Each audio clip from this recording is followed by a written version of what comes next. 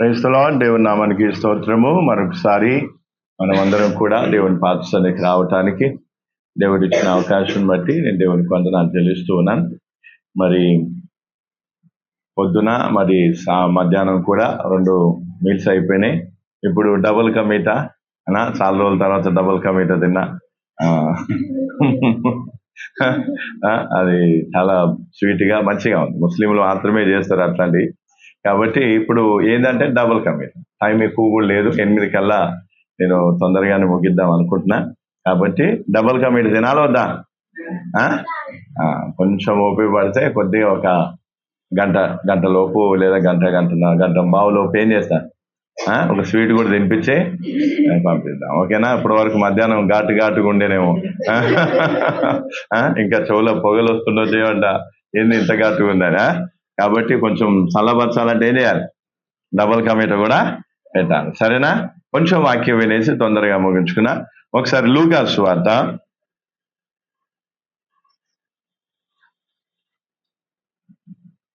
1 యోహాను సువార్త 3వ అధ్యాయం 16వ వచనం ఒకసారి చదవండి.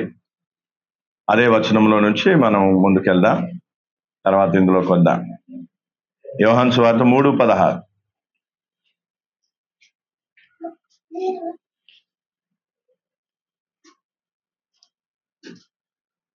దేవుడు లోకమును ఎంతో ప్రేమించెను, కాగా ఆయన తన అద్వితీయ కుమారునిగా పుట్టిన వాని యందు విశ్వాసముంచు ప్రతి వాడును నశింపక నిత్య జీవం పొందునట్లు ఆయనను అనుగ్రహించెను. హల్లెలూయా. దేవుడు లోకమును ఎంతో ప్రేమించెను. దేవుడు లోకమును ఎంతో ప్రేమించి ఏం చేసిండంట? ఏం చేసిండు? తన అద్వితీయ కుమారుణ్ణి మన కోసము ఇచ్చిండు. అంటే అర్థం ఏంటిది? అద్వితీయ కుమారుడు అంటే ఏంటి? మోస్ట్ వాల్యూ అన్నట్టు. అద్వితీయ కుమారుడు అంటే ఏంది? ఒకడేదో ఒక కుమారుని, ఇప్పుడు 2-3 కుమారులు ఉంటే ఒకరినిచ్చుడు పెద్ద విషయము కాదు. ఏదంట? ఒకటే కుమారుడు. ఆ ఒక్క కుమారుని ఏం చేస్తున్నా? తనకు కలిగిన ఒక కుమారుని, అద్వితీయ కుమారుని, ఏకైక కుమారుని ఏం చేస్తున్నా? మానవాళి రక్షణ కోసము దేవుడు త్యాగము చేస్తూ ఉన్నాడు. దేవుడు మనల్ని ప్రేమించినప్పుడు దేవుడు ఏం చేస్తా, నేను ప్రేమిస్తున్నా అనే మాటతో ఊరుకోలేదు. ఏం చేసినట? ఆ ప్రేమను వ్యక్తం చేయడానికి తన అద్వితీయ కుమారుణ్ణి ఈ లోకానికి పంపించిండు. అద్వితీయ కుమారుడు తన విలువైన రక్తాన్ని చిందించి మన కోసం ఏం చేసిండు? ప్రాణత్యాగం చేసిండు. ఇది మనం దేవుడు చేసిన కార్యాన్ని మనం ఇక్కడ చూస్తున్నాం. అలాగే ఇప్పుడు దేవుణ్ణి మనం ప్రేమించినట్లయితే దేవుని ఆజ్ఞలను మనం గైకుంటా, దేవుని ఆజ్ఞలు గైకొనటానికి ఏం చేయాలి? మన దేహాన్ని సమర్పణ చేసుకోవాలి. అయితే అదొక కోణ. ఇప్పుడు దేవుని ఎవరైతే ప్రేమిస్తారో వాళ్ళు దేవుని పట్ల ఏ విధంగా మెసులుకుంటారు అనేది మనం కొంతవరకు చూద్దాం. అర్థమవుతుందా? ఫస్ట్ మనం ఏం చేసినాం? యోహాను సువార్త 3:16లో చూసినప్పుడు దేవుడు లోకముని ఎంతో ప్రేమించారు. మొదట ఎవరు ప్రేమించారు? దేవుడే ప్రేమించారు. అనా మొదట ప్రేమించింది ఆయనే, తర్వాత అందరికంటే ముందుగా ప్రేమించింది ఆయనే, తర్వాత ఇంకేంటిది? పొద్దున్న 2 చూసినాం కదా, చెప్పాలా? మొదట ఆయన ప్రేమించుండు, తర్వాత ఏం చేసిండు? తన ప్రేమను వెల్లడిపరుస్తూ ఉన్నాడు. అది చూసిన. అది అయిపోయినాక నెక్స్ట్ మధ్యాహ్నం ఏం చేసినాం? దేవుడు మనల్ని ప్రేమించినట్టుగా రుజువు ఏంటిది అంటే తన ప్రియ కుమారుని మన కోసం అర్పించిండు. అందులో ఏముంది? ప్రేమ ఉంది అనేది చూసాం. అయితే ఇప్పుడు దేవుడు మనల్ని ప్రేమించినట్టుగా మనం దేవుని ప్రేమించినట్లయితే మనం ఏం చేస్తాము? ఆయన ఆజ్ఞలు గైకొనటమే దేవుని ప్రేమించడం. మరి దేవుని ప్రేమించిన వారు ఏం చేస్తారు? దేవుని ఆజ్ఞలు గైకొనటానికి ఏం చేయాలి? తమ దేహాన్ని సమర్పణ చేసుకోవాలి. ఇది కొంతవరకు ఉదయం మధ్యాహ్నం చూసాం. ఇప్పుడు దేవుడు మనల్ని ప్రేమించి తన ఏకైక కుమారుడు, అద్వితీయ కుమారుడిని యేసు ప్రభువు మన కోసం ఏం చేసిండు? త్యాగం చేసిండు. అలాగే ఈరోజు మనం దేవుణ్ణి ప్రేమిస్తే ఎలా స్పందిస్తాము, దేవుని పట్ల ఎలా ఉంటాము అనేది ఇక్కడ మనం ఏం చేయాలి? గ్రహించాలి. అదొక సంఘటన, అంటే ఒక విషయాన్ని మనం ఇక్కడ చూసుకున్నాం. ఇప్పుడు లూకా సువార్త 7వ అధ్యాయంకి రండి. ఒక సంఘటన జరిగింది, దాన్ని కొంత వివరంగా మనం చూస్తే అప్పుడు ఏమవుతుంది? క్లియర్ గా అర్థమవుతుంది. లూకా సువార్త 7వ అధ్యాయము 47వ వచనం.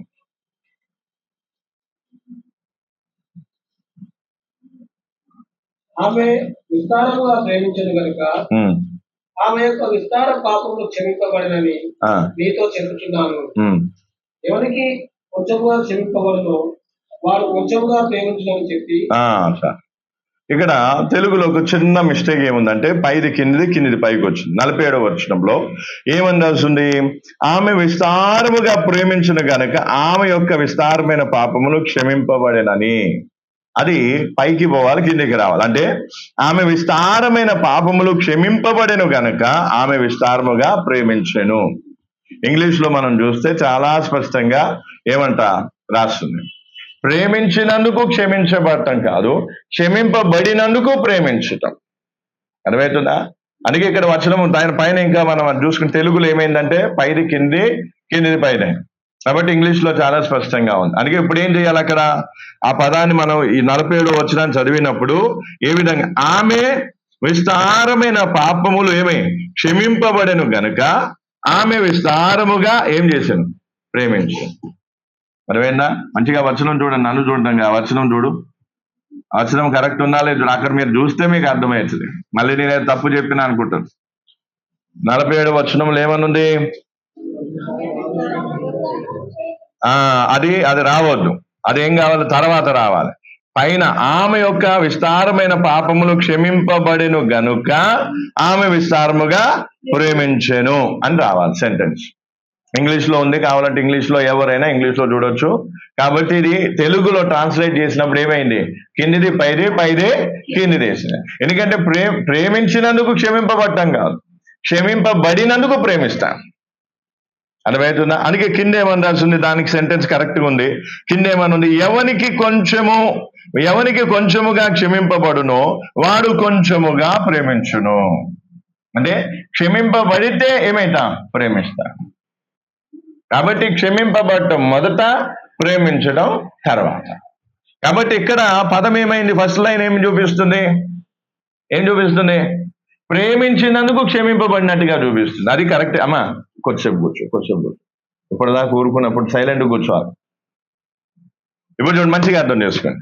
ప్రేమించబడిన కారణాన్ని బట్టి క్షమింపబడటం కాదు, క్షమింపబడిన కారణాన్ని బట్టి ప్రేమించబడటం.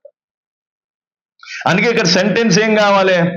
ఇది బుక్లో రాసుకున్నా పర్లేదు, బైబిల్లో పక్కగా పెన్సిల్తో బైబిల్లో రాసుకున్నా పర్లేదు. కానీ ఇక్కడ సెంటెన్స్ ఏముండాలి? ఆమె యొక్క విస్తారం, ఇక్కడుంది కదా గనుక, తర్వాత ఆమె యొక్క విస్తార పాపములు క్షమింపబడేను గనుక ఆమె విస్తారముగా ప్రేమించెను అని రావాలి. అర్థమవుతుందా? అందుకే ఇక్కడ ఏం కావాలి? ట్రాన్స్లేట్ చేసేటప్పుడు వాళ్ళు ఏం చేశారు? పైది కిందికి, కిందిది పైకి చేసి. ఇది అర్థమైందా కాలేదా? ఎవరికేం అభ్యంతరం అయితే లేదుగా. బైబుల్ని ఏం చేస్తున్నాడు, ఏదో చేస్తున్నాడు అన్నట్టుగా అనుకోవద్దు. ఇది ఇంగ్లీష్ లో చాలా స్పష్టంగా ఉంది. కాబట్టి ట్రాన్స్లేట్ చేసిన తప్పది. ఏంటంట? తర్జుమా చేసిన వారు చేసిన తప్పది. కాబట్టి అందరికీ ఇది అర్థమైందా? అర్థమైందా? ఏం అభ్యంతరం అయితే లేదుగా.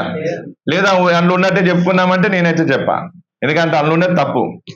ఇప్పుడు ఇలా రాసి మొదట 47లో మొదటి లైన్ ఏదైతే ఉందో అది తప్పు, దాన్ని నేను చెప్పా. అట్లా ఉన్నట్టే చెప్పుకుందామంటే కాదు, కరెక్షన్ చేసుకున్నాక చెప్పుకున్నా. క్షమింపబడినాక ప్రేమిస్తారా, ప్రేమించినాక క్షమింపబడతారా? సరే, ఉపమానం చెప్తున్నాడు యేసుప్రభు, ఉపమానం చెప్తున్నాడు. 41 నుంచి చదువు. 41 ఆ ఉపమానంలో మీకు క్లియర్ గా అర్థమైపోతుంది. అప్పుడు యేసు అప్పు ఇచ్చు ఒకరికి ఇద్దరు రుణస్తులు ఉండేది. వారిలో ఒకరు 500 దీనారములను, మరి ఒకరు 7 దీనారములు వచ్చి ఉండేది. ఆ అప్పు తీర్చుటకు వారి యొక్క ఏమీ లేకపోయాను కనుక అతడు వారిద్దరిని క్షమించాను. కాబట్టి వీరిలో ఎవడు అతను ఎక్కువగా ప్రేమించునో చెప్పుమని అడిగాను. అందుకు సీమోను, అతను ఎవరికి ఎక్కువ క్షమించెనో వాడే అని నాకు తోచున్నదని చెప్పగా ఆయన నీవు సరిగా యోచించుమని అతనితో చెప్పాను. అంటే అర్థమైంది? ఇక్కడ క్లియర్ గా ఉందా లేదా? క్షమింపబడిన వాడే ఏమైతాడు? ప్రేమిస్తాడు. ప్రేమించినందుకు క్షమింపబడము, క్షమింపబడినందుకు ఏమైతా? ప్రేమిస్తా. అయితే మనం ఇక్కడ ఏముందంటే ఎక్కువగా క్షమింపబడటం, కొంచెముగా క్షమింపబడటం. అదేనా? క్షమింపబడ్డారు ఇద్దరు. ఒకరేమో 50 దేనారాలు, ఇంకొకరేమో 500 దేనారాలు. క్షమింపబడ్డారు ఇద్దరికి మాఫీ దొరికింది. ఇద్దరు మాఫీ దొరికినప్పుడు అందులో ఒకరికి ఏమంట 500 దేనారములు, ఒకటి 70 దేనారములు. అంటే ఇద్దరు కూడా ప్రేమిస్తున్నారు, కానీ ఎక్కువ ఎవరు ప్రేమిస్తున్నారు? 500 దేనారములు ఎవరికైతే ఏమంట క్షమించిండో యజమాని, ఆ వ్యక్తి ఏమవుతున్నాడు? యజమానిని ప్రేమిస్తున్నాడు. కాబట్టి ఇప్పుడు ఇది క్లియర్ అయిందా? క్షమింపబడినందుకు మనం ఏమవుతున్నా? ప్రేమిస్తున్నా. ప్రేమించినందుకు క్షమింపబడటం కాదు. ఇది లైన్ క్లియర్ అయిందా అందరూ? ఎవరికి ఏం అభ్యంతరం లేదు కదా?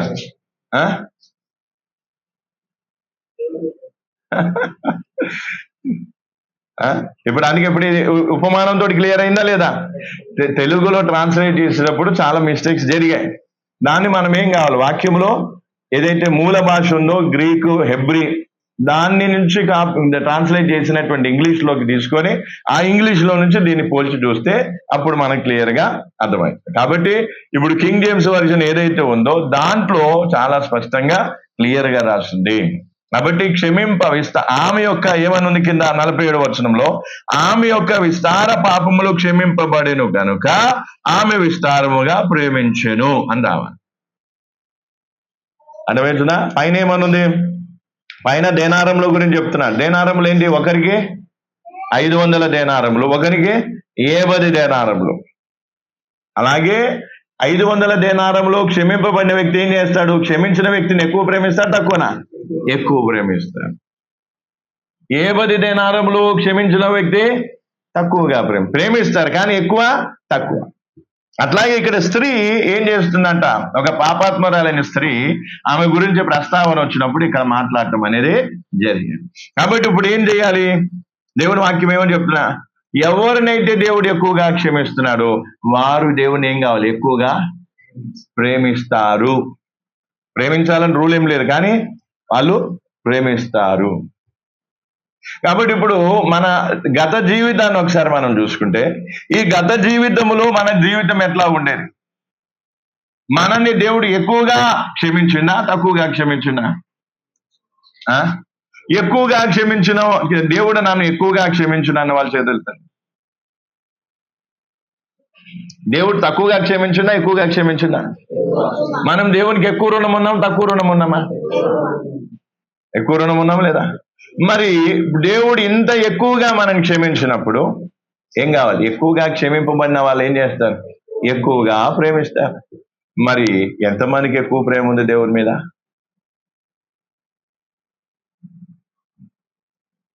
అంటే అర్థం ఏంటిది? రెండింటికి సింక్ ఉందా లేదా? రెండింటికి లింక్ ఉంది, దాన్ని మనం వేరు చేయలేం. నిన్ను దేవుడు ఎక్కువగా క్షమిస్తే నువ్వు ఎక్కువగా దేవుని ప్రేమిస్తావు. దాంట్లో ఇంకా వేరే డౌటే లేదు. కానీ ఒకవేళ దేవుడు నిన్ను తక్కువగా క్షమించిండు అనుకో, అప్పుడు నువ్వు దేవుడిని ఏం చేస్తావు? తక్కువగా ప్రేమిస్తావు. అసలు దేవుడు నిన్ను క్షమించలేదు అనుకో, అసలు నువ్వు దేవుడినే ప్రేమించు. అదేంటున్నా? 3వ కేటగిరీ అన్నట్టు. కొంతమంది ఏం చేస్తారు? తక్కువగా క్షమింపబడితే తక్కువగా ప్రేమిస్తారు. సరేలే, పాపం తక్కువగా క్షమింపబడ్డారు కాబట్టి తక్కువగా ప్రేమిస్తున్నారు అనుకోవచ్చు. నీకు అసలు ప్రేమే లేదంటే దేవుడి మీద, అసలు నువ్వు దేవుడినే ప్రేమించటం లేదంటే అర్థం ఏంటిది? నువ్వు ఎక్కువగా క్షమింపబడలేదు, తక్కువగా, అసలు నీ పాపాలు క్షమింపబడలేదు. నీ పాపాలు క్షమింపబడలేదు కాబట్టి నీకు దేవుని మీద ఏం కావట్లేదు? ప్రేమ కలగటం లేదు. కరెక్టే అంటారా లేదా? నేను తప్పుగా ఏమని చెప్తున్నా? ఇప్పుడు దేవుని మీద నీకు ప్రేమ ఎప్పుడు వస్తుంది? క్షమింపబడినప్పుడు వస్తుంది. ఇప్పుడు నీకు దేవుని మీద ప్రేమ ఎందుకు లేదు? క్షమింపబడలేదు. నువ్వు కొంచెమైనా క్షమించబడితే ఆ కొంచెం ప్రేమ కనిపిస్తుంది. ఎక్కువ క్షమింపబడితే ఎక్కువ ప్రేమ కనిపిస్తుంది. అసలు నీలో ప్రేమే లేదంటే అర్థం ఏంటిది? నువ్వు క్షమింపబడలేదు, క్షమింపబడటం లేదు. మధ్యాహ్నం ఏం చూసినాం? దేవుని ప్రేమను గ్రహించిన వారు దేవుని తిరిగి ప్రేమిస్తారు. ఇప్పుడు మనం ఏం చూస్తున్నాం? ఎవరైతే క్షమింపబడతారో వాళ్ళే దేవుణ్ణి ప్రేమిస్తారు. మనం సాక్ష్యం చెప్పేటప్పుడు ఏమంటావు? నా జీవితం చాలా చెడ్డది, కానీ ఆ చెడ్డ జీవితాన్ని దేవుడు క్షమించి నన్ను బాగు చేసి నా జీవితాన్ని ఇట్లా చేసి నా జీవితాన్ని అట్లా చేసి, ఓకే, నీ సాక్ష్యానికి ఒక దండం. నీ జీవితంలో దేవుడు చేసిన కార్యానికి దేవునికి స్తోత్రం. కానీ ప్రేమ ఏది? నిలబెట్టి సాక్ష్యం చెప్పమంటే ఏం చేస్తాం? ఎంత చెప్తాం? సాక్ష్యాలు చెప్పడానికైతే మనకు నోరు వస్తుంది, కానీ క్రియాపూర్వకంగా దేవునికి ప్రేమ చూపించే టైంలో ఏం కాదు నోరు, ఏం కాదు మనసు. అందుకే ఇప్పుడు ఏం చేయాలంట? నువ్వు అసలు క్షమింపబడ్డావా? ఒకటి, నువ్వు క్షమింపబడ్డావా? రెండు, కొంచెమే క్షమింపబడ్డావా? మూడు, ఎక్కువగా క్షమింపబడ్డావా? మూడిట్లో నువ్వు ఎందులోకి వస్తావు? కొంతమంది ఎట్లుంటారు అంటే, మిగతా వాళ్ళందరూ పాపాత్మలో నేనే పవిత్రమైన వ్యక్తిని. సరే, ఇప్పుడు నువ్వు పవిత్రమైన వ్యక్తివేమో, కానీ ఒకప్పుడు నువ్వు కూడా క్షమింపబడ్డావు కదా. ఇప్పుడు మరి ఒకప్పుడు నువ్వు క్షమింపబడినప్పుడు ఆ క్షమాపణకు తగ్గట్టుగా ప్రేమ ఏది? అవునా కదా? ప్రేమ ఎక్కువ ఉండాలి, తక్కువ ఉండాలి? ఎంత ఎక్కువ ఉండాలి? నువ్వెంత క్షమింపబడితే అంత ప్రేమ.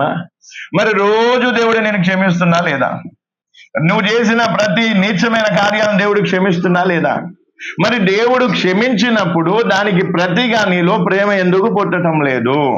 లేదా దానికి ప్రతిగా నువ్వు దేవుని ఎందుకు ప్రేమించటం లేదు? అర్థమవుతుందా? క్వశ్చన్ అర్థమైందా కాలేదా? అందుకే ఇప్పుడు అర్థం చేసుకోవాల్సింది ఏంటిది?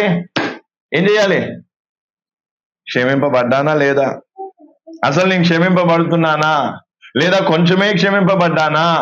లేదా పూర్తిగా క్షమింపబడి విస్తారంగా క్షమింపబడ్డానా? ఇది చక్కగా ఏం చేయాలి? కూర్చో, తొందర కూర్చో, లేదా మమ్మీ దగ్గర పో, తొందర. ఎదురుగా అందరు నిన్నే చూస్తున్నారమ్మా, అటు తీసుకోపో, కొంచెం అటని తీసుకో. అందరు ఇటు చూడండి, మంచిగా చూడండి. ఇక్కడ ఏముంది? మంచిగా ఇప్పుడు నేను చెప్పే పాయింట్ అర్థమవుతున్నా అయితే లేదా? నేను వ్యాలిడ్ వాక్యం చెప్తున్నా లేకపోతే ఇన్వాలిడా? పనికి వచ్చేదానా లేకపోతే టైం పాస్ ఏమని చెప్తున్నా? వస్తుంది, పనికి వస్తుంది. చూద్దాం సిగ్నల్ ఎంత వస్తుందో చూద్దాం. ఈ వాక్యం విన్న తర్వాత సిగ్నల్ ఎంత వస్తుందో చూద్దాం. అందుకే సిమ్ కార్డ్ రిజిస్ట్రేషన్ కోసం ఫోటోలు బాగానే దిగుతాం, తమ్ములు కూడా ఇస్తాం, కానీ సిమ్ పెట్టేసరికి సిమ్లు ఏముండదు, సిగ్నల్ ఎందుకు వస్తాయి? రీఛార్జ్ చేపియాలిగా. మరి రీఛార్జ్ చేపియాలంటే మూల్యం తెలియాలిగా. అట్లనే ఉంది పరిస్థితి మనది కూడా.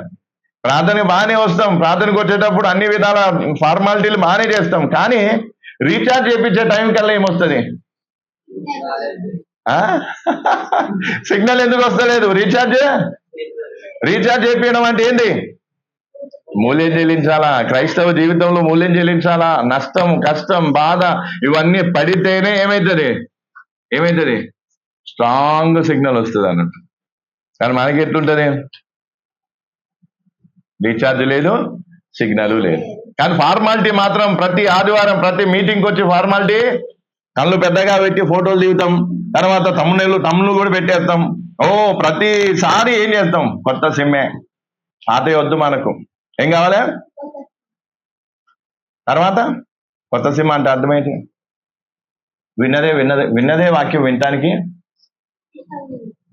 కొత్త వాక్యం చెప్పాలి, కొత్తగా ఉండాలి. అంతవరకు వినంది వినాలి. ఒకవేళ విన్నదే వచ్చిందనుకో, మీరు అనుకోవచ్చు యోహాను సువార్త 3:16 అనేసరికి ఆ వాక్యం ఎప్పటి నుంచో విన్నావా? దేవుడు లోకమును ప్రేమించాను పలానా ఏదో పాత వాక్యం తీసుకుని అదేనా? అందుకే ఈ రోజు నుంచి ఏం చేయాలి? ఏం చేయాలి చెప్పండి?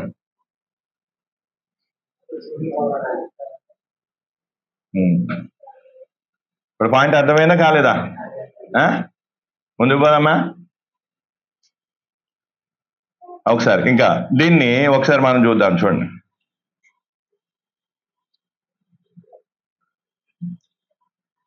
36 నుంచి 36 నుంచి 47 వరకు, 36 నుంచి అదే లూకాసు సువార్త 7వ అధ్యాయం 36 నుంచి 47 వరకు చదువుకున్నారు. తనతో కూడా భోజనం చేయవాలని ఆయన అడిగాడు.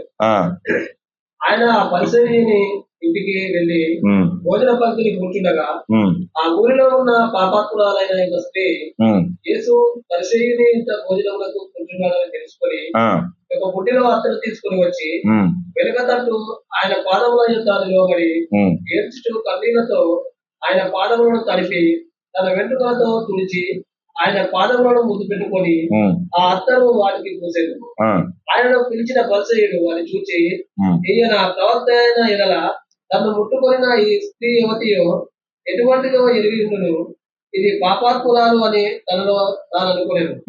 అందుకు యేసు, సీమోను, మేము నీతో ఒక మాట చెప్పవలనని ఉన్నానని అతనితో అనగా, అతడు బోధకుడా చెప్పుమనను.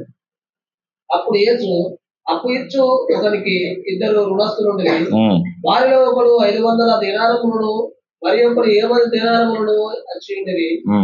ఆ అప్పు తీర్చుటకు వారి యొక్క ఏమీ లేకపోయాను గనుక అతడు వారిద్దరిని క్షమించను.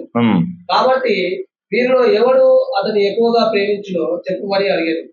అందుకు సీమోను, అతడు ఎవరికి ఎక్కువ క్షమించను వాడే అని నాకు తోచున్నదని చెప్పగా, ఆయన నీవు సరిగా స్థితివని అతనితో చెప్పి ఆ స్త్రీ వైపు తిరిగి సీమోనుతో ఇస్తాను, ఈ స్త్రీని చూచుతున్నావే, నేను నీ ఇంటిలోనికి రాగా నీవు నా పాదములకు నీళ్ళియలేదు గాని ఈమె తన కన్నీళ్లతో నా పాదములను తడిపి తల వెంట్రుకలతో తుడిచెను. నీవు నన్ను ముద్దు పెట్టుకోలేదు గాని నేను లోపలికి వచ్చినప్పటి నుండి ఈమె నా పాదములు ముద్దు పెట్టుకుంటా మానలేదు. నీవు నూనెతో నా తల అట్టలేదు గాని ఈమె నా పాదములకు అత్తరు పూసెను. ఆమె విస్తారముగా ప్రేమించను గనుక ఆమె యొక్క విస్తార పాపములు క్షమింపబడినని నీతో చెప్పుచున్నాను. ఎవరికి కొంచెముగా క్షమింపబడునో వారు కొంచెముగా ప్రేమించునని చెప్పి, నీ పాపములు క్షమింపబడి ఉన్నవి అని ఆమెతో అనను. హల్లెలూయా. ఇక్కడ మనం అర్థం చేసుకోవాల్సింది ఒకటి ఉంది. ఒక సంఘటన జరిగింది. ఏంటి ఆ సంఘటన అంటే,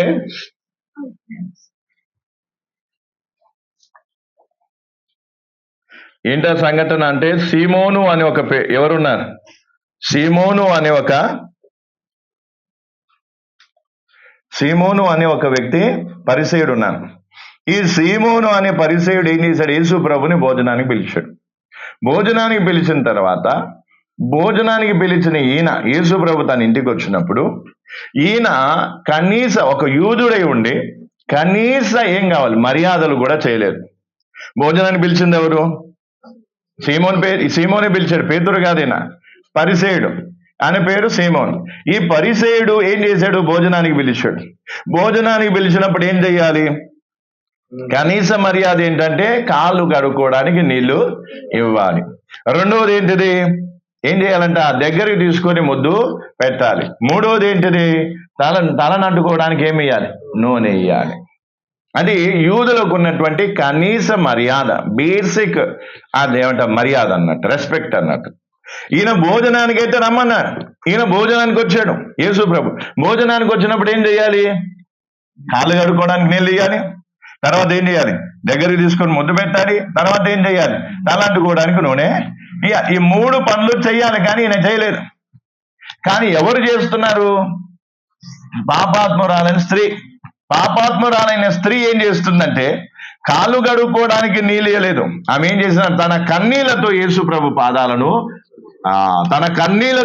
ప్రభు పాదాలను తలవరింటుకతో ఏం చేస్తుందంట? తుడుస్తుంది. అంతేకాకుండా అత్తరు తీసుకొచ్చి ఆయన పాదాలకు పూస్తుంది. అంతేకాకుండా ఆ పాదములను ఏం చేస్తుందంట? ముద్దు పెట్టుకుంటుంది. ఏం చేస్తుందంట? పాదములను ముద్దు పెట్టుకుంటుంది. చూడండి, ఇద్దరిలో ఉన్నటువంటి వ్యత్యాసం. మొదటి వ్యక్తి ఏం చేస్తాడు? పరిసయ్యుడు ఏం చేస్తున్నాడు? భోజనానికి పిలిచాడు, కానీ కనీస మర్యాదలు కూడా చేయలేదు. కానీ పాపాత్మురాలైన స్త్రీ ఇక్కడికి యేసు ప్రభు భోజనానికి వచ్చాడని తెలుసుకొని ఆయన దగ్గరికి వచ్చి పశ్చాత్తాపంతో ఏడుస్తూ ఆమె కన్నీళ్ళేమే పాదాల మీద పడితే దాన్ని ఏం చేస్తుందంట? తల వెంట్రుకలతో తుడుస్తూ ఏం చేస్తున్నా? ఇంకా పాదములకు ఏం పెట్టిందంట? అత్తరు పూసింది. తర్వాత పాదాలను ముద్దాడుతుంది. ఏమర్థం? పాదములను ముద్దాడుతుంది. చూడండి, విస్తారంగా క్షమింపబడిన వారు చేసేటువంటి పని, క్షమింపబడిన వారు చేసేటువంటి పని, వారి స్థానం ఏంటో వారికి ఏమవుతుంది? యేసు ప్రభుతో సమానంగా ఆమె కూర్చోవడానికి ఏం కాలేదు. కానీ పరిసయ్యుడు ఏమయ్యాడు? యేసు ప్రభుతో సమానంగా భోజన పంక్తిలో కూర్చున్నాడు. అంతేకాకుండా ఈ పాపాత్మురాలైన స్త్రీ కాళ్ళ మీద అంటే ఏడుస్తున్నప్పుడు, ఆమె కాలు పట్టుకున్నప్పుడు ఈయనేమనుకున్నా, నేను నిజంగా ప్రవక్త అయితే మా పాపాత్మురాలైన సంగతి మీకేం కావాలి? తెలియాలి. చూడండి, అవునా? కాబట్టి మనతో కూర్చున్న వారందరూ కూడా ఏం కాదు ఆత్మీకులు కాదు. మనతో సమానంగా కూర్చున్న వారందరూ ఎవరు కాదు ఆత్మీకులు కాదు. పరిసయ్యుడు ఏం చేయొచ్చు, ఆత్మీకుడు అయితే ఏం కావు, యేసు ప్రభు చేసే దానికి అభ్యంతరం పడేవాడు కాదు. కానీ పాపాత్మురాలైన స్త్రీ వచ్చి ఆయన పాదాలకు ఏం చేస్తుందంట, అత్తరు పోస్తూ ఉంది. ఎందుకంటే ఆమె ఏమైందంట, ఆమె విస్తారమైన పాపములు ఏమయ్యాయి, క్షమింపబడ్డాయి. అందుకే ఆమె విస్తారంగా యేసు ప్రభుని ఏమైతుంది, ప్రేమిస్తుంది. హల్లెలూయా.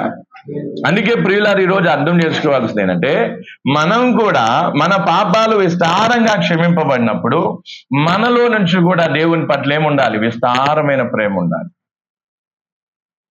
రైట్నా? అందుకే ఈరోజు ఒకప్పుడు మన జీవితం ఎలా ఉండేది ఒకసారి ఆలోచన చేయండి. ఆ జీవితాన్ని నుంచి దేవుడి ఇంతవరకు తీసుకొచ్చాడంటే మనలో దేవుని పట్ల ఎంత ప్రేమ ఉండాలి. ఒకవేళ ప్రేమ లేదంటే అర్థం ఏంటిది చెప్పాలా? ప్రేమ లేదంటే అర్థం ఏంటిది చెప్పాలి. ఒకప్పుడు మన పరిస్థితి ఎట్లా ఉండేది, బాగుండేనా బాగలేకుండేనా? ఇప్పుడు బాగలేని పరిస్థితిలోంచి ఈ పరిస్థితికి ఎవరు తీసుకొచ్చినారు, దేవుడు తీసుకొచ్చినప్పుడు మనం ఏం చేయాలి, ఎంత ప్రేమించాలి, ఎక్కువ తక్కువ, విస్తారంగా దేవుని ఏం చేయాలి, ప్రేమించాలి.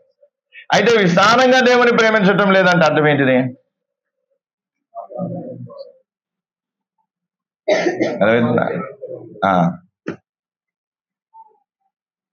అందుకే ఈరోజు అర్థం చేసుకోవాల్సింది ఏంటి, దేవుడు నన్ను ఏం చేసిండు, దేవుడు ఇట్లా చేసిండు, దేవుడు అట్లా చేసిండు కాదు. దేవుడు చేసిన కార్యానికి ప్రతిగా నీకు దేవుని మీద ఏముండాలి, ప్రేమ ఎక్కువ ఉండాలి. ఎంత ఎక్కువ ఉన్నా కూడా తక్కువే. మనం ఎంత దేవుని ప్రేమించినా కూడా అది దేవుడు మనల్ని ప్రేమించిన దాని ముందు తక్కువే. అందుకే ఈరోజు ఏం కావాలి, విస్తారంగా క్షమింపబడినప్పుడు విస్తారంగా దేవుని ఏం చేయాలి, ప్రేమించాలి అనా. అందుకే దేవుని ప్రేమించడంలో వెనకంజ వేయొద్దు. మనకి దేవుని ప్రేమించడంలో పాపాత్మురాలైన స్త్రీ ఏం తీసుకొచ్చిందంట, ఎంతో విలువైన అత్తరుని తీసుకొచ్చింది. పాపాత్మురాలైన స్త్రీ ఏం చేసిందంట, కన్నీళ్లతో పశ్చాత్తాపంతో ఏమంట, మారు మనసుతో దాన్ని సూచిస్తూ కన్నీళ్ళు ఎక్కడ పడ్డాయంట, కాళ్ళు పాదాల మీద.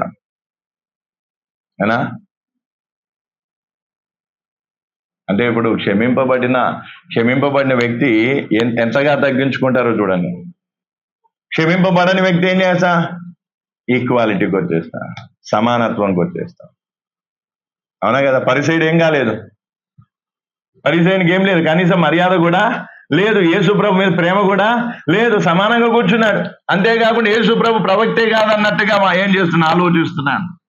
కాబట్టి ఎవరైతే క్షమింపబడతారో వాళ్ళు ఏమవుతారు, ఈక్వాలిటీకి రారు, ఏమవుతారు, తగ్గుతారు. దేవుని ముందు ఏమవుతారు, తగ్గుతారు. ఎప్పటికీ ఎన్నటికీ కూడా సమానంగా ఎన్నడూ ఆలోచన చేయరు. కాబట్టి వాళ్ళు ఎంతగా తగ్గుతారంటే ఎంతవరకు, పాదాల మట్టుకు, గ్రౌండ్ లెవెల్ వరకు ఏమైపోతారు, తగ్గిపోతారు. నీవు క్షమింపబడ్డావనటానికి నీ తగ్గింపే సూచన. నువ్వు ఇప్పుడు కూడా డబ్బు కుటుంబం అనుకుంటే ఏం చేస్తావు, కొంచెం గర్వాన్ని ఎత్తి చూపిస్తాను అంటే ఇంకా నువ్వేం కాలేదు, క్షమింపబడలేదు. అహంకారాన్ని చూపించే వారిలో ఏం లేదు. నువ్వు క్షమింపబడితే నువ్వేమైతా, నువ్వు ఎంత తగ్గించుకుంటా, యేసు ప్రభు పాదాల చెంతకు పోతా, యేసు ప్రభు కాళ్ళ దగ్గరికి వస్తా. దానికంటే బెటర్ స్థానం ఇంకేది లేదు. పాపాత్మరాలైన స్త్రీ ఏమైంది, డైరెక్ట్ గా పోయి యేసు ప్రభు పాదాలు పట్టుకుంది, కానీ చేతులు పట్టుకోలే, లేదా ఇంకా ఏమంట మోకాలు పట్టుకోలే, ఏం పట్టుకుందంట, పాదాలు. ఎందుకంటే నా స్థానం ఇదే, నేను క్షమింపబడిన కారణాన్ని బట్టి నా స్థానం ఇదే, నా ప్రభు నన్ను క్షమించాడు కాబట్టి నా స్థానం ఇదే. అందుకే పాపాత్మురాలైన స్త్రీ ఏం చేసిందంట, మానక అక్కడే ఉండి కన్నీళ్లతో తలవెంట్రుకలతో పాదాలు తుడిచి అత్తరు పోసి ఆ పాదాలను ఏమవుతుందంట, ముద్దాడు. అందుకే ఈరోజు చాలా మంది ఏం చేస్తా, ఒక బేసిక్ మర్యాదలు కూడా మర్చిపోతా. అర్థమవుతుందా? బేసిక్ మర్యాదలు కూడా ఏమైపోతా అంటే అర్థం ఏంటిది, ఈ వ్యక్తికి ఏం లేదు స్థానం, ఇంకా ఆ వ్యక్తి యొక్క స్థానం ఎక్కడో ఇంకా అర్థం. పరిసయ్యుడు ఒకవేళ యేసు ప్రభు యొక్క ప్రేమను గుర్తించుంటే, లేదా పరిసయ్యుడు ఆయన క్షమించిన ఏదైతే పాపం ఉందో దానికి తగిన విధంగా ప్రేమించే వ్యక్తి అయితే పరిసయ్యుడు ఎక్కడ కూర్చునేవాడు? పాపాత్మురాలైన స్త్రీ వచ్చి పాదాలు పట్టుకోకముందే ఎవరు పట్టుకొని ఉండేవాళ్ళు?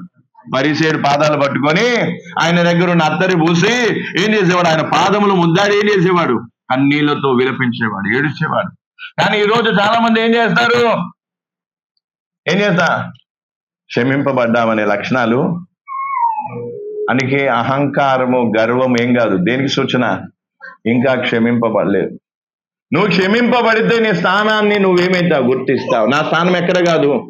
సమానంగా కాదు. ఎక్కడ? యేసు ప్రభు యొక్క కాళ్ళ దగ్గర.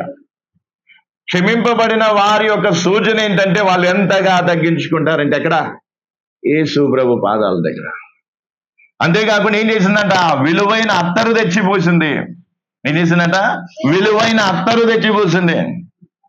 యేసు ప్రభు కూడా మనల్ని ప్రేమించిన కారణాన్ని బట్టి విలువైన యేసు ప్రభుని ఇచ్చిందా, లేదా ఏదన్నా చీపు ఏదన్నా ఇచ్చిందా? విలువైన యేసు ప్రభుని మనకి ఇచ్చినప్పుడు నీవు కూడా యేసు ప్రభుని ప్రేమించే వ్యక్తి అయితే నువ్వు కూడా ఏం చేస్తా? నీ జీవితంలో ఉన్న విలువైన నీ జీవితాన్ని, లేదా విలువైన నీ సమయాన్ని, విలువైనది ఏదైనా సరే దేవుని పాదాల చెంత కడతా, దేవుని పాదాలకి పోస్తా. కానీ ఈరోజు చాలా మంది ఏం చేస్తా? ఒక రోజు ఏమైంది, ఒక వ్యక్తి ఉండేది, చాలా కొంచెం సొంత ఇల్లు ఉండేది, కానీ కొంచెం కఠినమైన పరిస్థితులు ఉండేవి. కఠినమైన పరిస్థితిలో ఉన్నప్పుడు ఆ వ్యక్తి దగ్గరికి పోయి వాళ్ళు ఏడుస్తూ ఉంటే వాళ్ళని ఓదార్చి, ధైర్యపరిచి, వాళ్ళకి మార్గం చూపించి, అన్ని విధాలుగా దేవుని మహాకృపను బట్టి చేయాల్సినంత చేశారు. ఇక వాళ్ళు కొంచెం డబ్బు సంపాదించడం స్టార్ట్ అయినాయి. అప్పుడు ఏం చేసేది? కానుక ఇచ్చేటప్పుడు, దేవునికి ఏదైనా ఇచ్చేటప్పుడు ఏం చేసేది? పాస్టర్ గారు ఏమనుకోవద్దు, దేవుడు నాకు కలిగింది ఇస్తున్నానని ఎంతో దీన మనసుతో ఇచ్చేది. ఇక ఎప్పుడైతే వీళ్ళు లక్షలు సంపాదించి స్టార్ట్ అయిపోయిందో, ఇక వీరికి కానుక వేయడం ఏమైపోయింది? 1000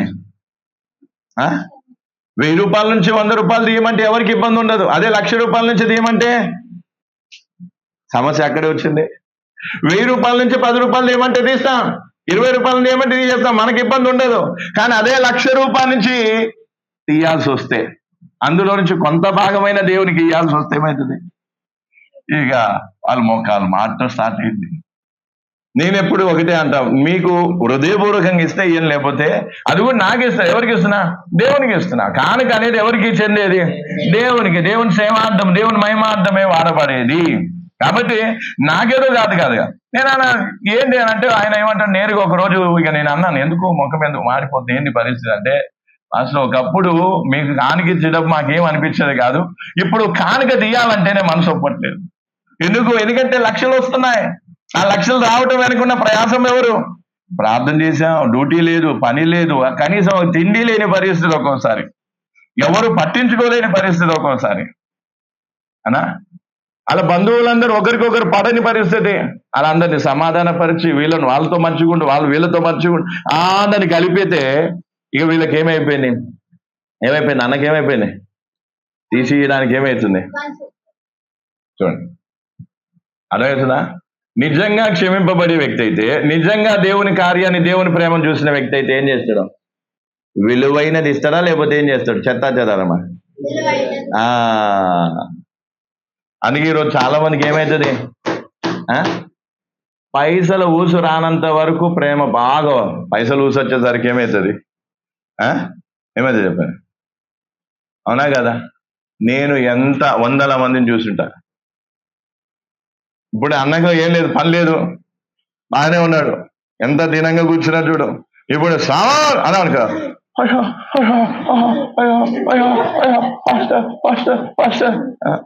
అదే నెలకు 1,00,000 రూపాయలు సంపాదించని సావని అన్నాం అనుకో, కళ్ళెర్ర చేస్తాడు. ఇక అరే నువ్వు ఎవరివి నన్ను అంటానికి అన్నట్టుంటుంది. అదేవిధంగా డబ్బు మనిషిని మార్చేస్తుంది. అందుకే ఏం కావాలి? జాగ్రత్తగా ఉండాలి. అందుకే ఇప్పుడు అర్థం చేసుకోవాల్సింది ఏంటిది? ఏమర్థం చేసుకోవాలి? నేను ఆ వ్యక్తికి కూడా చెప్పిన, బాబు ప్రార్థన చేస్తున్నాం, మంచిగా ఏం చేస్తున్నాం, అన్ని విధాలుగా సహకరించడం బాగానే ఉంది, కానీ డబ్బులు వస్తే మారిపోద్దు. నిన్న కూడా ఒక వ్యక్తికి చెప్పిన, దేవుడు కార్యం చేస్తాడన్నా, కాకపోతే మారొద్దు అంటే, నేనెందుకు మారుతానా సరే అన్న, అర్థమైపోయింది నాకు అన్నా. నేనెందుకు మాట్లాడినా, కాకపోతే మీటింగ్కి రాకపోవచ్చు, పనులు ఎక్కువైపోతే మీరు మీటింగ్కి రాలేం కదా అన్నట్టు వాళ్ళు. ఎవరు ఎంత లోతులు ఉంటారో.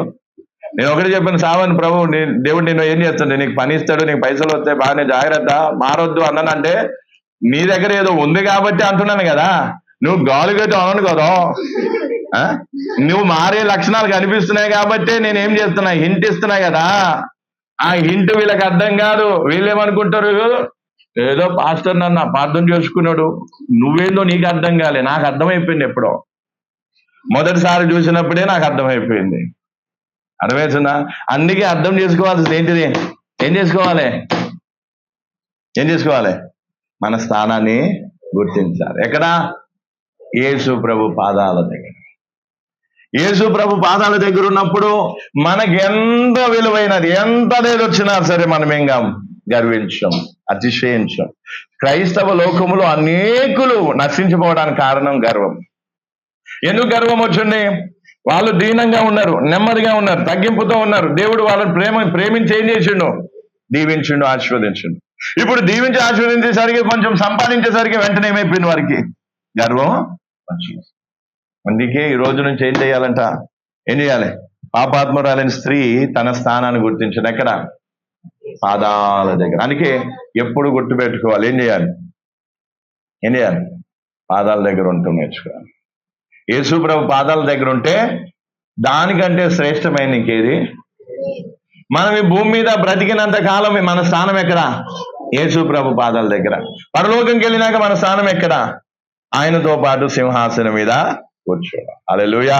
ఇక్కడ మనం ఎంత తగ్గించుకుంటే దేవుడు మనల్ని అంతగా పరలోకంలో హెచ్చిస్తాడు. ఆయనతో పాటు సమానంగా ఆయనతో సింహాసనం మీద కూర్చొని రాజ్యమేలే భాగ్యం దేవుడు మనకి ఇస్తాడు. అందుకే ఏం కావాలి? స్థానాన్ని మర్చిపోవద్దు. నా స్థానం ఎక్కడ? పాదాల చెంత. అందుకే పాపాత్మురాలి స్త్రీ ఏమైపోయింది? అర్థం చేసుకుని తన స్థానాన్ని. కానీ పరిసయ్యుడు అర్థం చేసుకుని, పరిసయ్యుడు ఏమనుకున్నాడు? సమానంగా కూర్చొని పిలిచిన యేసు ప్రభు ప్రవక్తనే కాదన్నట్టుగా ఏం చేసిండు? ప్రవర్తించండు. కనీసం మర్యాదలు కూడా ఏం చేయలేదు.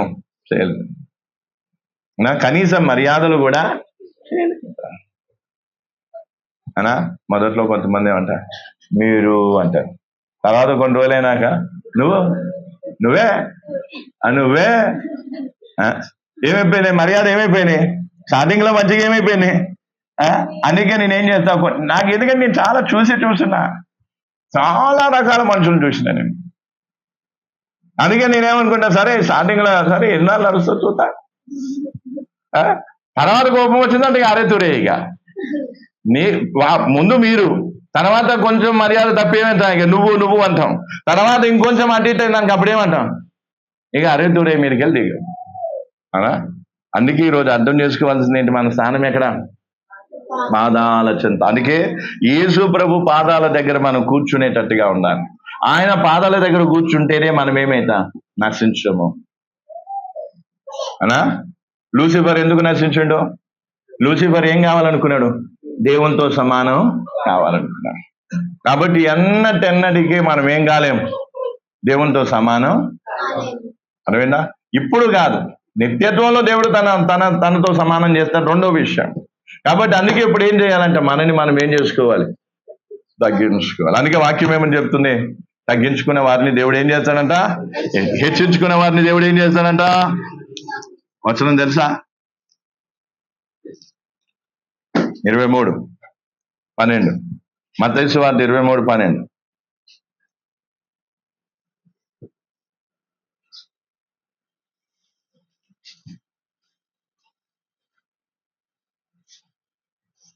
తను తాను హెచ్చించుకునేవాడు తగ్గింపబడును, తను తాను తగ్గించుకునేవాడు హెచ్చింపబడును. హల్లెలూయా. అందరు చదవండి. తను తాను హెచ్చించుకునేవాడు తగ్గింపబడును, తను తాను తగ్గించుకునేవాడు హెచ్చింపబడును. తనను తాను తగ్గించుకునేవాడు ఏమవుతాడు? తనను తాను హెచ్చించుకునే వాడు ఏమవుతాడు? తగ్గింపబడు. కాబట్టి ఈ సిద్ధాంతాన్ని గుర్తుపెట్టుకోవాలి. నీవు ప్రవర్తించిన విధానాన్ని బట్టి నీ భవిష్యత్తు ఆధారపడి ఉంటుంది. నువ్వు ఇప్పుడు తగ్గించుకుంటే నువ్వేమైతావు? జీవితంలో లేదా నిత్యత్వములో హెచ్చింపబడతా. ఒకవేళ ఇప్పుడు నిన్ను హెచ్చించుకుంటే రేపటి దినాన్ని ఏమైతా? తగ్గింపబడతా. రేపటి దినాన్ని ఏమైతా? తగ్గింపబడతా. అందుకే ప్రియులారు ఈరోజు ఒకటే అర్థం చేసుకో. ఓ బ్రదర్ ఉండేది, ఆయన చాలా కష్టాల్లో ఉండేది. వాళ్ళ ఇంటికి పోయి ఆదరించి, ఓదార్చి, ధైర్యపరిచి అన్ని విధాలు ఇది చేసిన తర్వాత నెమ్మదిగా ఏమైపోయింది, సమస్యలు అన్ని పరిష్కారం అయిపోయేసరికి ఇప్పుడు ఏమైపోయింది, ఇక నాకు వ్యతిరేకంగా మాట్లాడడం స్టార్ట్ చేసి. అప్పటి వరకు అయ్యా అయ్యా అనుకుంటే ఏం చేసేది, ఇంటికి వచ్చేది, ఫోన్లు మాట్లాడేది, నాతో ఫోన్లో ప్రార్థన చేయించుకునేది, ఇంటికి రమ్మనేది, అంత బాగానే ఉంది. పరిస్థితి మంచిగా అయిపోయేసరికి ఏమైపోయింది,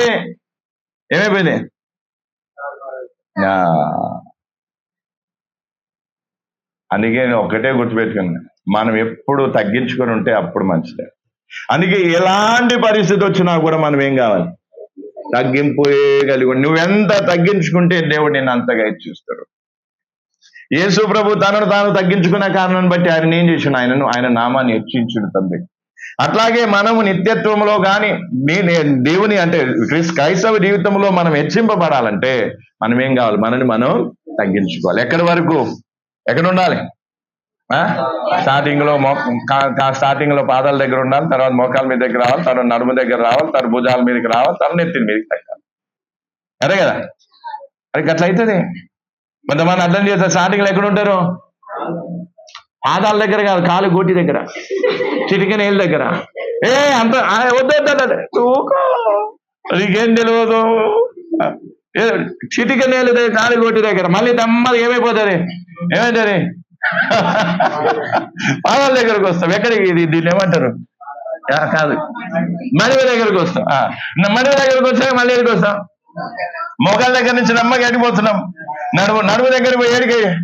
భుజాల దగ్గర పోయి ఇక నెత్తినెక్కుతాం. ఇక కష్టం, దింపడం కష్టం. ఇక అందుకే ఏం కావాలి,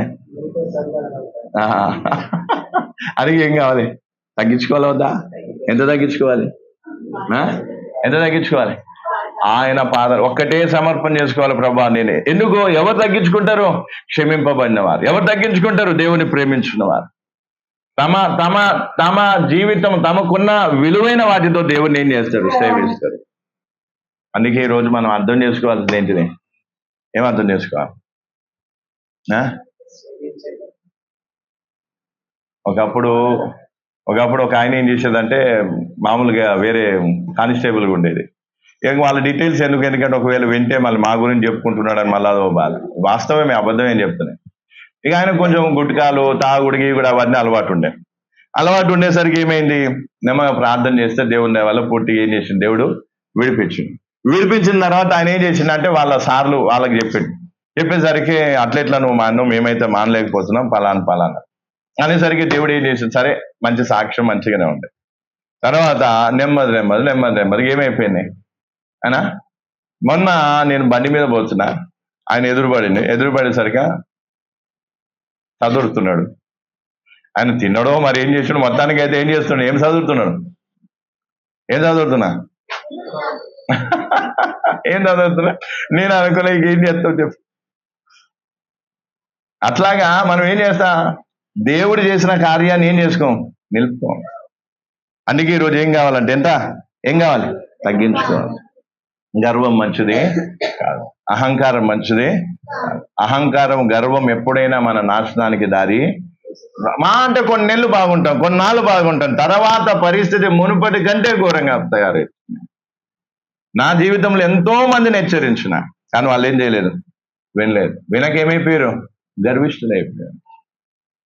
గర్విష్ఠులైపోయి ఎంతగా గర్వం ఎక్కువైపోయిందంటే ఈవెన్ నన్ను కూడా ఏం చేసే అర్థమవుతుందా. అందుకే ఈ రోజు నుంచి ఏం చేయాలంట, మనందరం ఏం చేయాలి చెప్పాలి? యేసు ప్రభు పాదాల దగ్గర ఉన్నా. చూడు ఇంకో వచనం కూడా బాగుందా? డబుల్ కమిటా ఏమన్నాను, డబుల్ కమిట్ అన్నావు కానీ ఇదైతే చేదుగానే ఉంది.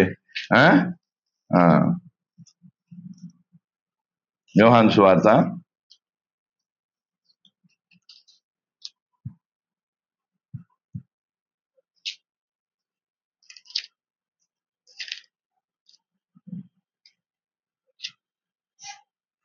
యోహాను సువార్త 12వ అధ్యాయము 3వ వచనం నుండి. యోహాను సువార్త 12వ అధ్యాయం 3వ వచనం. అప్పుడు మరియా మిక్కిలి విలువగల అత్త జటమాంసి అత్తరు ఒక సేనుల ఎత్తు తీసుకొని యేసు పాదములకు పూసి తన తల వెంట్రుకలతో ఆయన పాదములు తుడిచెను. ఇల్లు ఆ అత్తరు వాసనతో నిండెను. ఇక్కడ ఏం చేస్తుందంట, మరియా ఏం చేస్తుందంట, మిక్కిలి విలువగల అంట అచ్చ జటమాంసి అత్తరు ఒక సేరున్నర ఎత్తు తీసుకొని ఏం చేసిందంట, యేసు ప్రభు పాదాలను. అంటే పాపాత్మురాలైన స్త్రీకి ఏం తెలిసిందంట, తన స్థానం. కాబట్టి ఎవరిని దేవుడు ఎక్కువగా క్షమిస్తే వారేం కావాలి, దేవుణ్ణి అంతగా ప్రేమించాలి. దేవుణ్ణి ప్రేమించే వాళ్ళు ఏం చేస్తారు, తమను తాము ఎంతగా తగ్గించుకుంటారు, దేవుని కాళ్ళ ద్వారా. అందుకే వీళ్ళు ఏం చేసిన, కాళ్ళకే అత్తరు పోస్తున్నారు, కాళ్ళకే అత్తరు పోస్తున్నారు. అందుకే వారి స్థానాన్ని వారు అర్థం చేసుకున్నారు. అందుకే ఈరోజు మనం కూడా ఏం కావాలి, అంత్య దినాల్లో ఉన్నాం కాబట్టి మనం ఏ రకంగా కూడా గర్వానికి చోటు. ఈ రోజున్న డబ్బు రేపు ఉండకపోవచ్చు, ఈ రోజున్న మనుషులు రేపు ఉండకపోవచ్చు. నువ్వు నమ్మకంగా దేవునితో ఉంటే దేవుడు ఎల్లకాలం నీతో ఉంటాడు, గుర్తుపెట్టుకో. చాలా సందర్భాల్లో మనం ఏం చేస్తాం, డబ్బును చూసో మనిషిని చూసి మనం ఏమైపోతాం, దేవునికి నమ్మక ద్రోహంగా అది ప్రవర్తిస్తాం. ఇంకా నా జీవితంలో నేను చాలా మందిని చూస్తాను, డబ్బులు లేనప్పుడు ఎలా ఉన్నారు, డబ్బు ఉన్నప్పుడు ఎలా ఉన్నారు, మనుషులు లేనప్పుడు ఎలా ఉన్నారు, వాళ్ళ బంధువులందరూ వదిలిపెట్టిన పరిస్థితి. అలాంటి సందర్భంలో ఏమనేది, నువ్వే మాకు దిక్కు, నువ్వే తండ్రివి, నువ్వే దేవుని, నువ్వే ఫలానా అనేది. నేనేం చేసి అందరితో సమాధానపరిచి, అందరితో మంచిగా ఉండాలి, వీళ్ళతో మంచిగా ఉండాలి, వాళ్ళతో మంచిగా ఉండాలి, సమాధానం అని చెప్పి అందరిని సమాధానం పరిచేసరికి ఏమైపోయింది, అందరూ ఒకటైపోయి నన్ను పక్కకు నెట్టేసి. దేవునికి స్తోత్రం, వాళ్ళు మంచిగా ఉంటే సంతోషమే, మాకేం బాధ లేదు. నా పని నేను చేసిన, వాళ్ళ పని వాళ్ళు చేసారు అంతే. ఎవరి పనికి తగ్గ ప్రతిఫలం ఎక్కడ దేవుడు ఇస్తాడు. అందుకే ఇప్పుడు ఏం చేయాలంట, ఎక్కడ ఎక్కువగా క్షమింపబడిన వారి స్థానం ఎక్కడ, పాదాలు. యేసు ప్రభు పాదాల దగ్గరే ఉండాలి, యేసు ప్రభు పాదాల దగ్గరే. కనీస మర్యాదలు కూడా మనం మర్చిపోతున్నామంటే అర్థం ఏంటిది, మన స్థానం మనకింకా. వాస్తవానికి పరిసేయుడు యేసు ప్రభు తన ఇంటికి వచ్చినందుకు ఏం చేయాలి, కాళ్ళు కడుక్కోవడానికి నీళ్ళు ఇవ్వాలి, లేకపోతే ఏం కావాలి, కనీసంగా కాళ్ళు పట్టుకోకపోయినా కనీసం కాళ్ళు కడుక్కోవడానికి నీళ్ళని ఇవ్వాలా వద్దా, కనీసం ఒక ముద్దన పెట్టాలా వద్దా, కనీసం నూనె అంటుకోవడానికి, తల అంటుకోవడానికి నూనెని ఇవ్వాలా వద్దా. ఆ కనీస మర్యాద కూడా లేదు, ఆ కనీస మర్యాద కూడా అర్థమవుతుందా. అందుకే రోజు ఏం కావాలి, మనం ఎంతగా మారుతున్నామో చూసుకోవాలి. అందుకే దేవుడు కొంచెం కొంచెం ఇచ్చి ఏం చేస్తాడు మనల్ని, ఏదైనా కొంచెం కొంచెం ఇస్తే మనకేం. అప్పుడు ఒకవేళ మనకి ఏదైనా అవసరం అనుకో, కొంచెం కొంచెం తీర్చుకుంటే ఏం చేస్తాడు, కొంచెం కొంచెం కొంచెం కొంచెం. ఎందుకు, అదే మనకు మేలు. ఒకవేళ సడన్ గా దేవుడు ఏం చేసిండు, ఇప్పుడు నీకు 1,00,000 రూపాయలు అప్పు, సడన్ గా 1,00,000 రూపాయలు అప్పు తెచ్చిననుకో, నెక్స్ట్ రోజు కన్నా కాలర్ పైకి ఎత్తేసి ఏమంటారు, ఎవడ్రా నాకు అప్పులు ఉన్నాయి అన్నది. ఇక ఏమన్నారు, ఇక అరెతురే మీకు లేవే ఖబర్దార్ ఇంకోసారి ఎవరంటే. ఇక నెమ్మదిగా అప్పులు స్టార్ట్, మళ్ళీ అప్పులు స్టార్ట్ అయినాయి అనుకో, ఇక కాలర్ కిందికి ముఖం కిందికి భుజాలు కూడా కిందికి దిగుతాయి. ఇక ఎందుకంటే మానవ నైజం అట్లాంటిది. అందుకే దేవుడు మానవుడు అంటే ఏంటో దేవునికి తెలుసు కాబట్టి, ఇంకోటి మనం అంటే ఏంటో కూడా దేవునికి తెలుసు. మనం ఏంటో దేవునికి, మనం ఎట్లా ఉబ్బుతామో మనకు పంపు కొట్టాల్సిన అవసరం లేదు, పంపు ఇట్లా పెడితే చాలు ఉబ్బిపోతాం. అర్థమవుతుందా, టైర్కి పంపు పెడతా, గాలి కొట్టేది, గాలి కొడితే గాలి పెరుగుతుంది కదా, మనకు అట్లా అవసరం లేదు, పెడితే గాలి ఉబ్బిపోతాం. అట్లా ఉంటుంది. అందుకే ఈ రోజు ఏమంటే దేవుడు ఏం చేస్తాడు, కొంచెం కొంచెం కొంచెం చేస్తాడు. ఎందుకు బిడ్డ, నేను ఒకటేసారి చేసింది అనుకో, నువ్వు ఆగవు బిడ్డ, అనవసరంగా నీ జీవితాన్ని, నీ కుటుంబాన్ని పాడు చేసుకుంటా. అందుకే నేనేం చేస్తా, కొంచెం కొంచెం కొంచెం కొంచెం ఇస్తా. ఆ కొంచెంలో తృప్తి పడు. ఆ కొంచెాన్ని దేనికి వాడాలో దానికి నువ్వు వాడి నువ్వేం చేసుకో. అందుకే మొదట ఒకవేళ అప్పులు ఉంటే ఏం చేయాలి, దేవుడు ఇచ్చినప్పుడల్లా మొదట అప్పులు తీర్చేసుకోవాలి. ఫస్ట్ అప్పులు తీర్చుకున్నాక తర్వాత ఏం చేయాలి, మిగతావి అవసరాలు తీర్చుకోవాలి. కానీ మనకెట్లుంటది, ఫస్ట్ అవసరాలు మిగిలితే అప్పులు తీర్చడం.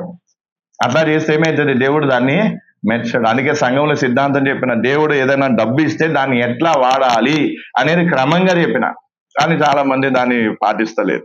అందుకే ఇప్పుడు ఏం చేయాలి? దేవుడిని మన సమస్యలు తీర్చలేడా? చిటికలో పని, చిటికలో తీరిస్తే నువ్వు ఇట్లనే ఉంటావా? నేను వైట్ పేపర్ ఇస్తే నువ్వు రాసి, నేను ఇప్పుడు ప్రార్థన చేస్తా, చెప్పు. చలో ఛాలెంజ్ తీసుకుందాం. ఇప్పుడు చిటికలో దేవుడు నీకున్న కష్టము, నీకున్న అప్పులు, నీకున్న రోగం, నీకున్న బాధ ఏదో అన్ని దేవుడు చిటికలో తీర్చేస్తాడు అనుకో. చేయగల దేవుడు.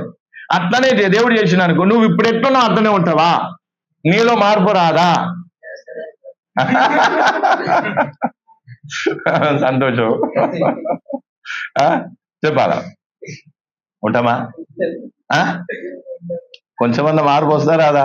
కొంచెం కొంచెం రోజు రోజు నెమ్మదిగా ఏమవుతుంది? మార్పు వస్తుంది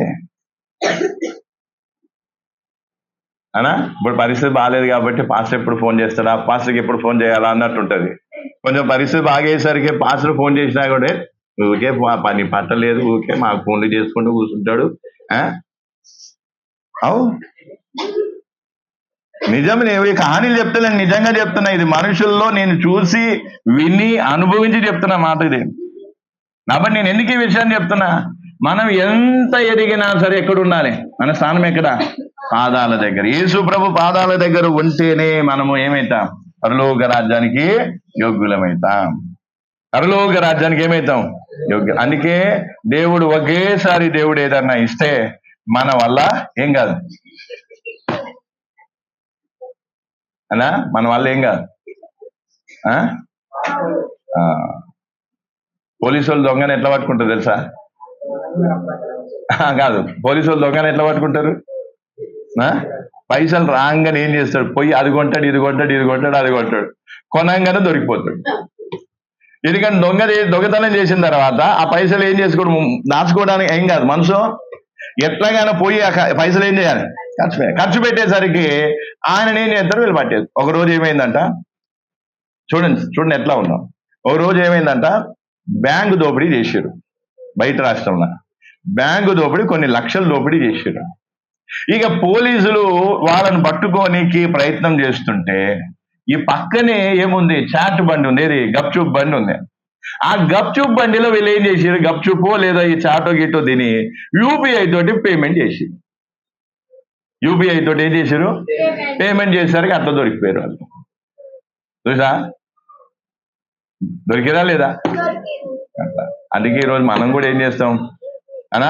నెమ్మది ఏదో విధంగా ఎవరికి దొరికిపోతాం? సైతానికే దొరికిపోతాం.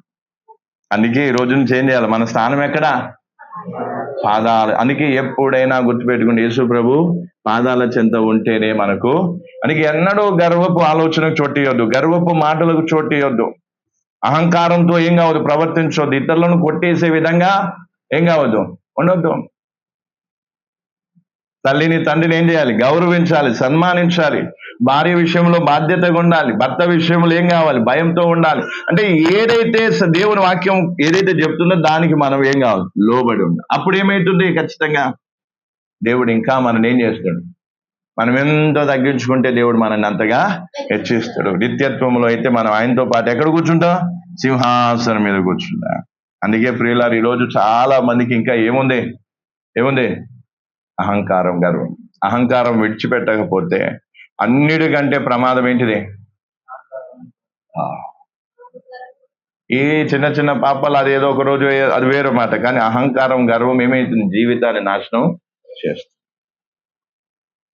అందుకే నువ్వు ప్రవర్తించే విధానం బట్టో, నువ్వు మాట్లాడే విధానం బట్టో, లేదా నీ జీవిత విధానం బట్టి నీలో గర్వం ఉందా లేదా అనేది ఏమవుతుంది?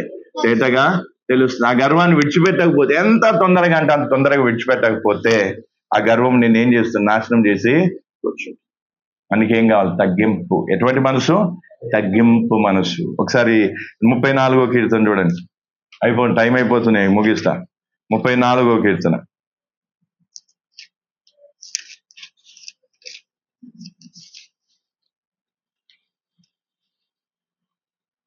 పద్దెనిమిది. 34వ కీర్తన 18వ వచనం. విరిగిన హృదయం గల వారికి యెహోవా ఆసన్నుడు, నలిగిన మనసు గల వారిని ఆయన రక్షించును. విరిగిన హృదయం కలిగిన వారికి యెహోవా ఆశనుడు. ఆయన నీకు సమీపంగా ఉండాలంటే, నీవు ఆయనకు సమీపంగా ఉండాలంటే హృదయం ఎప్పుడు కూడా ఏం కావాలి? విరిగి నలిగిన హృదయంగా ఉండాలి. అందుకే మనం ఎప్పుడూ కూడా మనని మనం ఏం చేసుకోవాలి? తగ్గించుకోవాలి. కాబట్టి దేవుడు నిన్ను ఎంత క్షమిస్తే దేవుని నువ్వు అంతా ప్రేమించాలి. మరి దేవుని నువ్వెంత ప్రేమిస్తే అంతగా నువ్వేం చేస్తావు? నీకున్న విలువైన దానిని బట్టి దేవుణ్ణి సేవిస్తావు. అవునా కదా? అత్తరు విలువైందా కాదా? చాలా విలువైందే. ఆ విలువైన అత్తర్ని తీసుకొచ్చి ఏం చేశారంటే యేసుప్రభు పాదాలకు రాసి ఏం చేశారు? అర్థమైందా? ఈవెన్ వాళ్ళ పరిస్థితి ఏంటంటే, ఒకప్పుడు వాళ్ళ గతి వాళ్ళ స్థితిని చూసినా కదా, ఇప్పుడు నా ముందు వాళ్ళ పప్పులు అందుకే ఏం చేసి నన్ను మార్చేసుకున్నారు. ఎందుకు? వేరే పాస్టర్కి ఎంత ఇచ్చినా నడుస్తుంది. వేరే పాస్టర్కి ఎంత ఇచ్చినా, ఇప్పుడు ఏమంటాను, నేను నాకెంత ఇచ్చినా నడుస్తా, నేను డిమాండ్ చేయను. కాకపోతే వాళ్ళ మనసాక్షి ఒప్పుకోరు. ఎందుకంటే అప్పుడేమో అట్లుండి ఇప్పుడేమో ఇట్లుండేసరికి వాళ్ళకి ఏమవుతుంది? వాళ్ళకే లోపట మంచిగా. అందుకే ఈరోజు అర్థం చేసుకోవాల్సింది ఏంటి? ఎంత దేవుడు మనకి దేవుడు ఎంత కావాలో అంత ఇయ్యగలడు, దానికంటే ఎక్కువ కూడా ఇయ్యగలడు. కానీ దేవుడు ఒకేసారి ఎందుకు ఇయ్యడు? మనకు కూడా ఏమనిపిస్తుంది? ఈ కష్టాలు ఒకే రోజు తీరిపోతే ఎంత బాగుండు అని నువ్వు అనుకుంటున్నావు, కానీ బాగుండదు. రాత్రికి రాత్రి మారిపోతావక్కో. బట్టలు వేసుకునే విధానం మారిపోతుంది, జుట్టు మారిపోతుంది, జడేసుకునే విధానం మారిపోతుంది, పంకులు వస్తాయి. పంకులు ముందు జుట్టు వేస్తాం, జుట్టు అప్పటి వరకు విరిగిందని ఏమంటారు? కష్టాల్లో ఉన్నప్పుడు సోకులు ఉండవు. ఇక కొంచెం కష్టాలు తిన్నాయి అంటే ఏమవుతుంది? రంగులు వస్తాయి, శైలి ఎక్కువ అయితే మళ్ళీ తర్వాత ఏమవుతుంది? ఆశలు కూడా పెరుగుతాయి. హోటల్లో బిర్యానీ తిన్న రోజుల్లో ఏందో అలా కదా. ఎదుగో కష్టాలు తీరిపోయినాయి కదా, ఇప్పుడు ఏం కావాలి మనకు? హోటల్లో బిర్యానీ కావాలి. ఇంట్లో బిర్యానీ ఇప్పుడు ఏం కాదు. ఒకప్పుడు ఇంట్లో ఏదో చిన్నగా చేసుకుంటేనే అదే అమృతం లాగా అనిపించింది. ఇప్పుడు హోటల్లో బిర్యానీ కావాలి. తర్వాత ఏం కావాలి? ఇంకా ఇంకా ఇంకా ఆశలు పెరుగుతాయి, తగ్గుతాయి. నిజమే చెప్తున్నా, అబద్ధం చెప్తున్నా? ఏమన్నా పాపం. చూసి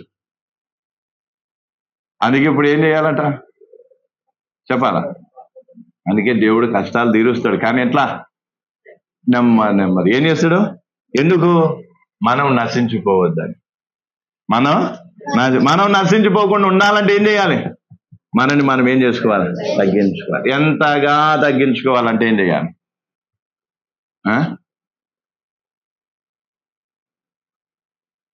అర్థమవుతుంది. అందుకే ఇప్పుడు ఏం చేద్దాం ప్రార్థన. ఏమని చేద్దాం? ఏమైనా అర్థమైనా కాలేదా? ఏమర్థమైంది? మధ్యాహ్నం దాకా బాగానే ఉంది, కానీ ఈ సాయంత్రం మీటింగ్ ఎందుకో మంచిగా అనిపిస్తలేదు నాకు. ఇదేదో ఎటో కొట్టినట్టుంది, ఎటో కొడుతుంది సీనా అన్నట్టుంది. ఏటో కొడుతుంది సీనా అన్నట్టు ఏమడిపోతా ఎట్లా నేను ఎటు కొడుతున్నా, ఉన్నదే కొడుతున్నా. అర్థమవుతుందా? పొద్దున కొట్టిన మేకు మీదనే మళ్ళీ కొడుతుంది అంతే. కాకపోతే మేకు కొంచెం దిగింది. పొద్దున కొట్టినా గట్టిగా ఉండే, దడా దడా దడా కొడితే కొంచెం దిగింది. మధ్యాహ్నం కొట్టేసరికి కొంచెం దిగింది. ఇప్పుడు సాయంత్రం కొట్టేసరికి ఏమైంది? ఇంకొంచెం ఎక్కువ దిగేసరికి నొప్పి ఎక్కువ.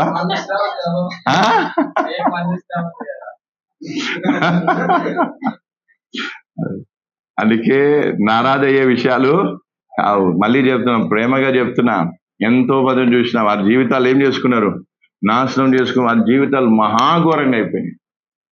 కాబట్టి ఆ పరిస్థితి రావద్దంటే ఏం చేయాలి? మనని మనం ఏం కావాలి? దేవుడు దీనికంటే దేవుడు ఇంకా గొప్పగా నేను నిలబెట్టగలడు. దేవుడికి ఆ సామర్థ్యం ఉంది, కానీ దాన్ని కాపాడుకునే మనస్తత్వం నీకుందా లేదా అనేది నువ్వేం కావాలి చూసుకో. నువ్వు తగ్గించుకుంటే దేవుడు నేను ఏం కావచ్చు? కోటీశ్వరుని చేసినా దేవునికి ఏం లేదు, అభ్యంతరం లేదు. ఎందుకు? నువ్వు కాపాడుకోగలవు. అందుకే అబ్రహామును దేవుడు ధనవంతుని చేసిండు. ఎందుకు చేసిండు? నేను ఈ అబ్రహాంని ఎంత పెద్ద ధనవంతుని చేసిన ఈ అబ్రహాం నన్ను వదిలిపెట్టడానికి నమ్మకం ఎవరికి వచ్చింది? దేవుడికి వచ్చింది. మరి ఈ రోజు ఒకవేళ దేవుడు ఇంటికి పోయేసరికి ఇంట్లో ఏముంది? రూమ్ లో ఒక ₹1,00,000 కట్ట దొరికింది అనుకో, ఉదాహరణకి ఏదో పట్టుకొని వచ్చిరు, ఎవరో పట్టుకొని వచ్చి ఆడ వేసిరు అనుకో, ఏ చెప్పు?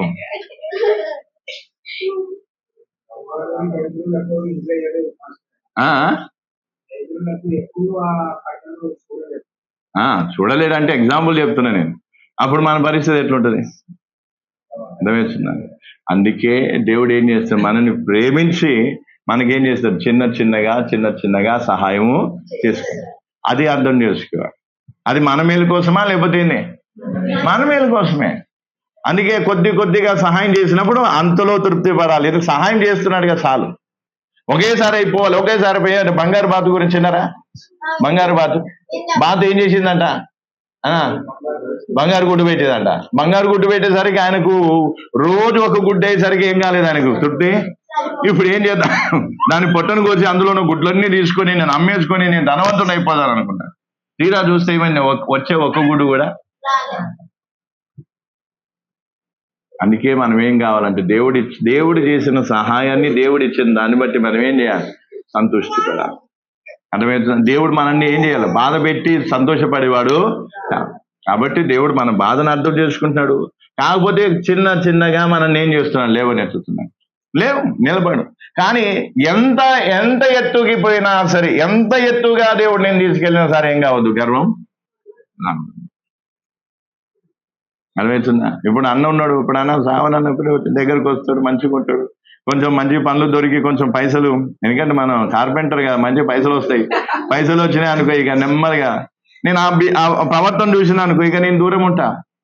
బాబు అయిపోయింది, నేను చెప్పినట్టే జరిగింది అనేసి ఏమైపోతా, దూరం అయిపోతా. నేను అట్లా చాలా మంది దూరం అయిపోయినా, దుఃఖంతో దూరం. ఎందుకంటే నేను మర్యాదగా ప్రేమగా చెప్పిన, బాబు జాగ్రత్త, పైసా కాదు ముఖ్యం, ఎవరు ముఖ్యం, దేవుడు ముఖ్యం. నువ్వు తగ్గించుకుంటేనే నువ్వు దేవునితో ఉండగలుగుతావు, దేవుడు నీతో ఉంటాడు. అందుకే నువ్వు తగ్గించుకోవడం ఏం కావాలి, నేర్చుకోవాలి. అందుకే చేద్దాం ప్రార్థన.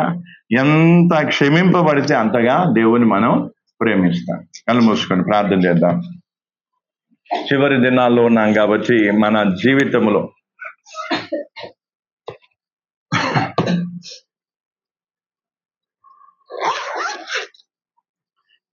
కొంతమందికి నేను హెచ్చరించినప్పుడు లేదా గద్దించినప్పుడు, వారికి బుద్ధి చెప్పినప్పుడు వాళ్ళు అనుకునేది, పాస్టర్ మమ్మల్ని అపార్థం చేసుకున్నాడు, మేమేంటో పాస్టర్కి ఇంకా తెలియదు అన్నట్టుగా వాళ్ళు భావించారు.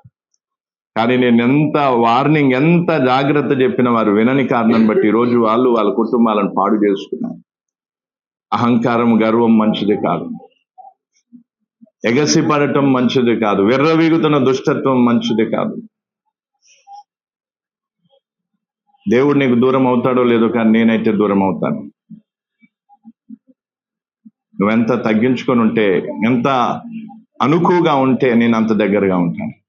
ఎప్పుడైనా కొంచెం యాటిట్యూడ్ చూపించడం స్టార్ట్ అయింది అనుకో, ఇంకా నేను చాలా మందిని చూశాను, వాళ్ళ వేరియేషన్, అపరిచితమైన రూపాలు ఎన్నో చూశాను నేను. కొంచెం యాటిట్యూడ్ చూపించి, కొంచెం మర్యాద తప్పి, కొంచెం రుబాబుగిరి చూపిస్తే నేను వెంటనే దూరం పెట్టేస్తాను. ఎందుకంటే నాకు అట్లాంటివి ఇష్టం ఉండదు. నేను బైబిల్ బట్టిన ఆకలితో నేను నా భార్య పిల్లలు ఆకలితో చావాల్సి వచ్చినా చస్తామేమో తప్ప, నేను మళ్ళీ చెప్తున్నాను, ఉదయం చెప్పినట్టుగా నీ ఆత్మరక్షణ కోసమే నీ దగ్గరకు వస్తున్నానే తప్ప నేను ఏది ఆశించక, నువ్వేదో ఇస్తావేమో, ఏదో నాకేదో చేస్తావేమో నా సరే. ఒకవేళ కొన్ని సందర్భాల్లో కొత్త వారనో లేదా తీసుకోకపోతే బాధపడతారనో కొన్ని కారణాలను బట్టి తీసుకుంటాను. ఎందుకు? దేవుని ప్రేమను బట్టి. లేదా నీవు అభ్యంతర పడొద్దనో బాధపడొద్దనో యాక్సెప్ట్ చేస్తాను. అందుకే నువ్వు తగ్గించుకోవడం నేర్చుకో. నా జీవిత కాలంలో ఎంతో మందిని నేను చూసాను.